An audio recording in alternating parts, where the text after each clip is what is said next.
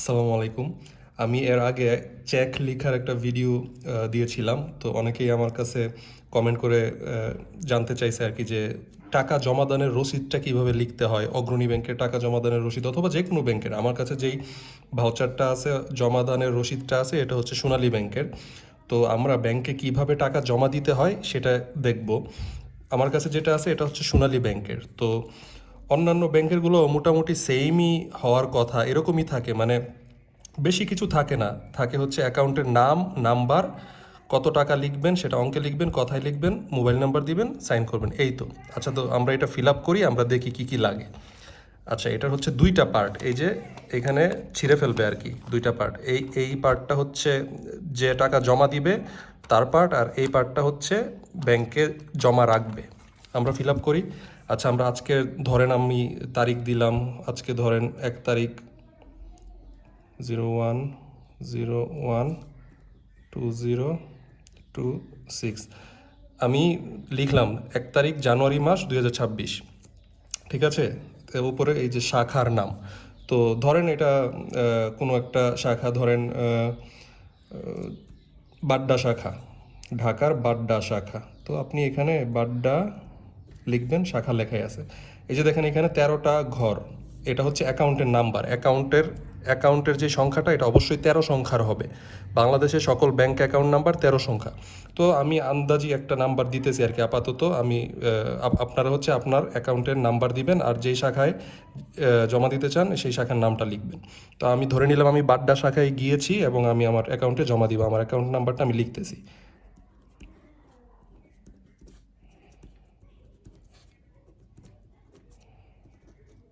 এটা আমার account number. আমার অ্যাকাউন্টের নাম আমার নাম আমার নামই হচ্ছে অ্যাকাউন্টের নাম। অ্যাকাউন্টের নাম, ব্যক্তির নাম একই একই হবে। আমার নাম ধরেন আমি লিখলাম রাকিব, রাকিব মিয়া, রাকিব মিয়া। আমি কত টাকা জমা দিব? ধরেন 1000 টাকা জমা দিব। তাহলে 1000 আমি অঙ্কে লিখলাম, মোট টাকা 1000, 1 দিয়ে 3টা শূন্য, 1000। এখন এই যে কথায়ও আমি 1000 টাকা লিখবো।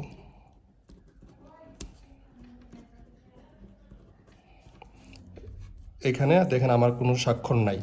তো এইখানে যা যা লিখছি আমি সেম এইখানে তাতা লিখে ফেলবো, যে 01/01/2026।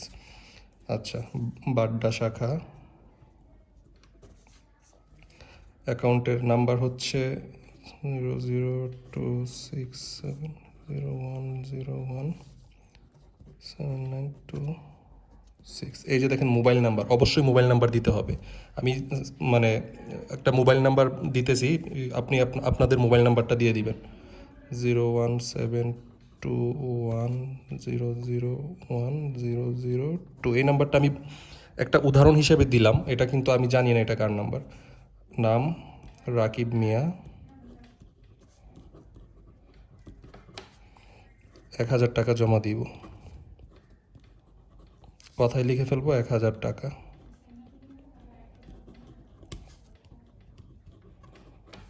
1000 টাকা মাত্র। এই যে দেখেন জমাকারীর স্বাক্ষর, এখানে আপনি আপনার একটা স্বাক্ষর দিয়ে দিবেন আর কি। তো এই হচ্ছে ভাউচারটা লেখা হয়ে গেছে।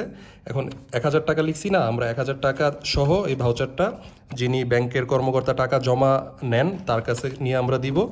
ইনি এটার কাজ করে এই যে এইখানে ছিঁড়ে এটা এই জায়গাটা রেখে দিবে, আর এই জায়গাটা আপনাকে দিয়ে দিবে। তাহলে আপনার টাকা জমা হয়ে গেল। আপনি এই যে এই জায়গাটার জমা রসিদ এতটুকু নিয়ে চলে যাবেন, শেষ। তো মোটামুটি সব ব্যাংকেরই জমা রসিদ এরকম হয়। তো যাই হোক, আমি আরেকটা জমা রসিদ পূরণ করে আপনাদেরকে দেখাই। সোনালী ব্যাংক এখন থেকে এইরকম জমা রসিদ ব্যবহার করবে। এটা হচ্ছে বিভিন্ন প্রাইভেট ব্যাংক এরকম ব্যবহার করে থাকে আর কি। এটাতে দেখেন এরকম দুইটা পার্ট লিখতে হয়, অর্ধেকটা ছিঁড়ে গ্রাহককে দিয়ে দেয়। আর এখানে দেখেন এটা হচ্ছে একটা কার্বন কপি। এই যে উপরে লিখলে আপনার এই পাশে অটোমেটিক লেখা হয়ে যাবে, এটা গ্রাহকের কপি, আর এটা এই যে লিখাই আছে ব্যাংকের কপি। তাহলে আমরা এটা এখন ফিল আপ করি, দেখি কিভাবে করতে হয়। এখানে দেওয়া আছে দেখেন তারিখ DDMMYY। তো তারিখ আমি ধরে নিলাম জানুয়ারি 1 তারিখ। তারপরে কি, এই যে শাখার নাম, ওই যে আমি ধরেন বাড্ডা শাখায় গেছি, বাড্ডা শাখা। আমার এটা কি ধরনের অ্যাকাউন্ট, আমারটা কি সেভিংস অ্যাকাউন্ট নাকি চলতি অ্যাকাউন্ট মানে কারেন্ট অ্যাকাউন্ট? আমারটা সেভিংস অ্যাকাউন্ট, আমি টিক দিয়ে দিলাম। শাখার নাম বাড্ডা,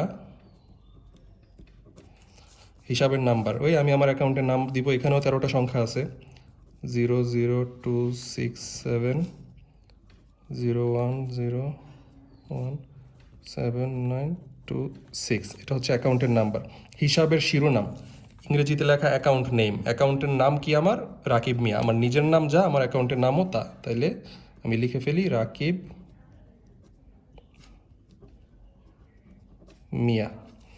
আমি কিসে জমা দিব? ক্যাশ জমা দিব নাকি চেক জমা দিব? ক্যাশ জমা দিব, ক্যাশে টিক দিলাম। এই ব্যাংক শাখার নাম, চেক ও তারিখ। এখানে যদি আমি চেক জমা দিতাম তাহলে চেকের ডিটেলসটা এখানে লিখতাম। আমি তো টাকা জমা দিতেছি, আমার এইগুলো লিখতে হবে না। এখানে দেখেন 1000 টাকা জমা দিব, 1000 টাকার একটা নোট জমা দিব। তাহলে 1000 একটা নোট, 1000 টাকা। এখানে দেখেন মোবাইল নাম্বার। তো আমার মোবাইল নাম্বারটা আগে যেটা দিয়েছিলাম সেটা লিখে ফেলি, 01721। মোবাইল নাম্বার খুবই গুরুত্বপূর্ণ, সবসময় মোবাইল নাম্বার দিবেন। তারপরে কথায় টাকার পরিমাণ, এখানে টাকাটা কথায় লিখবো 1000 টাকা।